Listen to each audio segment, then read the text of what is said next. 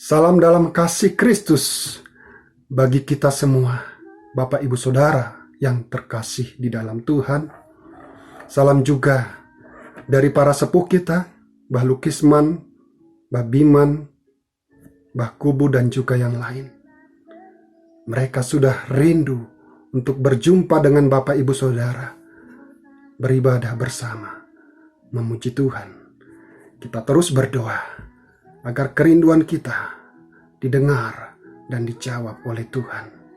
Puji nama Tuhan, jikalau pagi hari ini kita kembali datang beribadah, memuji Tuhan, meninggikan, menyembah Dia.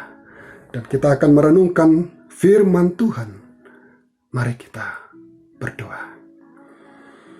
Bapa di dalam surga, terima kasih. Kasih setia dan anugerah-Mu yang tiada pernah berkesudahan, selalu menyertai dan mengiringi kehidupan kami. Dan di pagi hari ini kami boleh datang meninggikan Tuhan, menyembah-Mu, semua karena Engkau mengasihi kami. Berkati kami Tuhan, biarlah melalui firman Tuhan, kami boleh tetap teguh berdiri di dalam iman, dan kami boleh semakin mengasihi Engkau.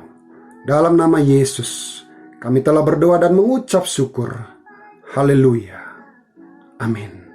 Saudaraku yang terkasih dalam Tuhan, mari kita membuka dari Yesaya pasal 12. Yesaya pasal 12 ayat yang pertama sampai ayat yang ke-6. Saya akan membacakan bagi kita semuanya. Pada waktu itu engkau akan berkata, Aku mau bersyukur kepadamu ya Tuhan, karena sungguh pun engkau telah murka terhadap aku, tetapi murkamu telah surut dan engkau menghibur aku. Sungguh Allah itu keselamatanku, aku percaya dengan tidak gementar, sebab Tuhan Allah itu kekuatanku dan mazmurku. Ia telah menjadi keselamatanku. Maka kamu akan menimba air dengan kegirangan dari mata air keselamatan. Pada waktu itu kamu akan berkata, bersyukurlah kepada Tuhan, panggillah namanya, beritahukanlah perbuatannya di antara bangsa-bangsa, masyurkanlah bahwa namanya tinggi dan luhur, bermasyurlah bagi Tuhan, sebab perbuatannya mulia. Baiklah hal ini diketahui di seluruh bumi. Berserulah dan bersorak-sorailah, hai penduduk Sion, sebab Yang Maha Kudus, Allah Israel, agung di tengah-tengahmu.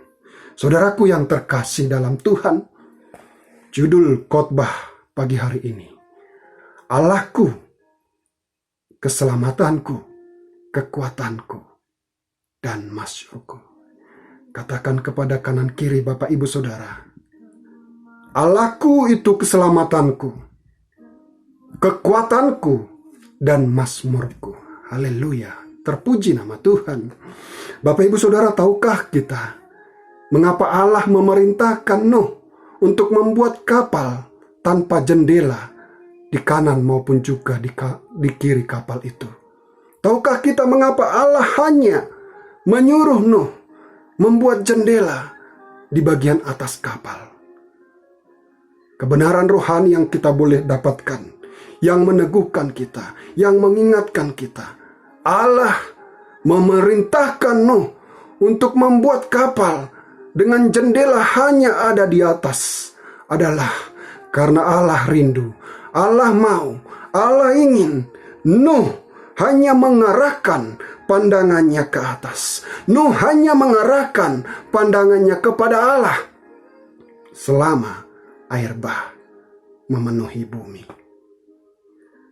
Memandang kepada Tuhan, maka hidup kita tidak akan dihantui, dipenuhi ketakutan. Sekalipun kita berada di sebuah kapal yang diombang-ambingkan oleh gelombang air bah, dihempas angin topan, dan juga dilingkupi kegelapan yang mencekam. Nah, pagi hari ini Bapak Ibu Saudara, kita akan belajar dua kebenaran firman Tuhan. Di hari yang penuh sukacita ini, kita merenungkan dua kebenaran firman Tuhan yang mengajarkan kepada kita siapakah Allah, sehingga kita harus mengerahkan pandangan hanya kepada Dia. Yang pertama, sebab Dia adalah Allah yang teramat mengasihi saya dan saudara. Dia adalah Tuhan yang teramat mengasihi saya dan Bapak, Ibu, Saudara. Katakan amin. Haleluya. Saudaraku yang terkasih, tahukah Bapak, Ibu, Saudara apa perbedaan mata lebah dan juga mata lalat? Mata lalat, sekalipun ia berada di taman yang indah, taman yang baik, dia akan tetap mencari tempat yang buruk, tempat yang kotor. Sebaliknya dengan mata lebah, sekalipun ia sedang berada di tempat yang tidak baik, dia akan berusaha untuk mencari tempat yang baik atau sesuatu yang baik di tempat yang tidak baik itu. Nah, Bapak, Ibu, Saudara yang terkasih dalam Tuhan, mari kita membaca ulang Yesaya pasal 12 ayat yang pertama. Ada satu kata yang kelihatannya mengganggu bagi orang-orang tipe mata lalat. Apakah itu? Apakah kata itu? Ya, kata itu adalah murka. Apalagi kalau kita hanya mengutip satu kata itu saja, semakin menunjukkan bahwa tidak betul, tidak benar, bahwa Dia adalah Allah yang teramat sangat mengasihi kita. Padahal ayat firman Tuhan itu berkata kepada kita, tetapi murkamu telah surut dan engkau menghibur aku. Ayat itu tidak hanya bicara tentang murka, tetapi firman Tuhan berkata, tetapi murkamu telah surut dan engkau menghibur aku. Bukankah ini menjadi bukti? Bukankah ayat ini telah jelas menunjukkan kepada kita betapa Allah itu sangat mengasihi kita, sangat mengasihi saya dan Bapak, Ibu, Saudara? Tak selamanya Ia murka, tak selamanya Ia menghukum, tak selamanya Ia mendisiplin. Bahkan justru Allah berkenan, Allah mau menghibur kita apabila kita mau datang bertobat. Allah mau menghibur kita apabila kita menyesali dosa dan ketidaktaatan kita, menyesali setiap pelanggaran kita, ketidaksetiaan kita di hadapan Tuhan. Kita yang berdosa kepada Allah, kita pula yang dihibur oleh-Nya. Bukankah ini merupakan satu kebenaran yang sungguh teramat amat indah? Kita yang berdosa, kita yang melukai Tuhan, tidak taat kepada Tuhan, pada saat kita menyesali dosa-dosa kita, ketidaksetiaan kita, kita beroleh pengampunan, kita beroleh penghiburan dari Tuhan. Dan di dalam garis besar, poin yang kedua, kita akan melihat betapa mulianya, betapa berharganya penghiburan yang Allah berikan kepada kita. Ketahuilah Bapak, Ibu, Saudara yang terkasih dalam Tuhan Yesus, bahwa murka Allah itu ada dasarnya, ada alasan yang kuat. Masakan Ia akan murka jika kita tetap setia? Masakan Ia akan menghukum kalau kita sungguh-sungguh taat, kalau kita sungguh-sungguh mengasihi Dia? Dia murka hanya kepada orang-orang yang tidak sungguh-sungguh. Dia memberikan hukuman hanya kepada setiap orang yang tidak setia, yang memberontak, yang mengeraskan hati. Dan firman Tuhan berkata, Bapak, Ibu, Saudara, sekalipun demikian, kalau dia bertobat, kalau kita yang tidak setia ini bertobat, kalau kita yang keras hati ini bertobat, menyesali dosa-dosa kita, ketidaktaatan kita, firman Tuhan berkata bahwa Tuhan sendiri yang akan menghibur kita. Keren, indah, luar biasa. Murkanya tidak hanya surut.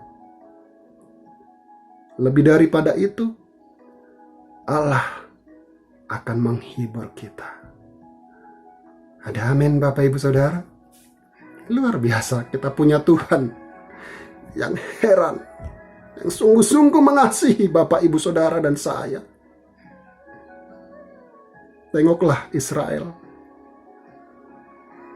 Berulang kali bangsa itu memberontak. Berulang kali bangsa itu tidak setia. Berulang kali bangsa itu mengeraskan hatinya. Adakah Tuhan membatalkan janjinya, membawa mereka ke tanah perjanjian? Tidak. Sekalipun mereka memberontak, sekalipun mereka tidak setia, Allah murka, Allah menghukum, Allah mendisiplin. Tetapi Allah tidak pernah membatalkan janjinya, membawa mereka ke tanah perjanjian. Dan tengoklah manusia, akan sejak ia diciptakan, ia telah jatuh dalam dosa. Adam dan Hawa, menara Babel, penyembahan berhala, hidup dalam kelaliman, percabulan, ketidaktaatan, ketidaksetiaan. Adakah Allah membatalkan janji keselamatan di dalam Yesus Kristus? Tidak. Allah tidak pernah membatalkan janjinya akan kedatangan juru selamat yang akan mengampuni dan menebus manusia yang berdosa. Adakah pula kita tidak dipelihara Tuhan? Sekalipun kita kadang-kadang bahkan seringkali masih kurang taat, masih kurang setia, masih bolong-bolong baca firman, masih belum tekun berdoa, masih setengah hati melayani Tuhan, masih hitung-hitungan memberi yang terbaik bagi Tuhan. Adakah Dia tidak memelihara kita? Adakah Dia tidak menjaga kita? Yesus tetap memelihara kita. Yesus tetap menjaga kita. Yesus tetap menolong kita. Oleh karena itu Bapak, Ibu, Saudara, sungguh benar betapa Allah teramat sangat mengasihi engkau, sangat mengasihi saya, sangat mengasihi semua kita. Kita yang terkadang lupa baca firman, kurang tekun berdoa, masih bersungut-sungut, melayani setengah hati, memberi masih hitung-hitungan, tetap dipelihara Tuhan. Apalagi jikalau kita benar-benar taat, benar-benar setia, sungguh-sungguh mengasihi Dia, maka Ia akan mengatakan, mencurahkan kasih-Nya bagi kita secara berkelimpahan. Maka jangan ragu Bapak, Ibu, Saudara, untuk terus bersyukur kepada Tuhan. Angkat tangan saudara, tengadahkan tangan saudara, arahkan hati hanya kepada Tuhan Yesus.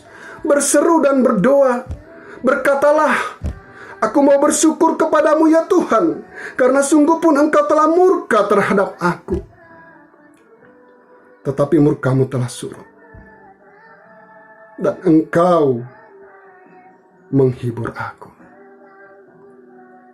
Dengan mengarahkan pandangan hanya kepada Tuhan, ada rasa tenang, ada rasa damai, ada sukacita penuh yang datangnya dari Tuhan. Di saat badai bergelora, ku akan tenang bersamamu, sebab kau Bapa, Raja atas semesta. Ku tenang sebab kau Allahku. Dengan kekuatan yang Tuhan berikan, sampai kapanpun kita akan tetap bertahan bersama dengan Tuhan Yesus yang selalu menopang, karena Ia teramat sangat mengasihi kita. Haleluya.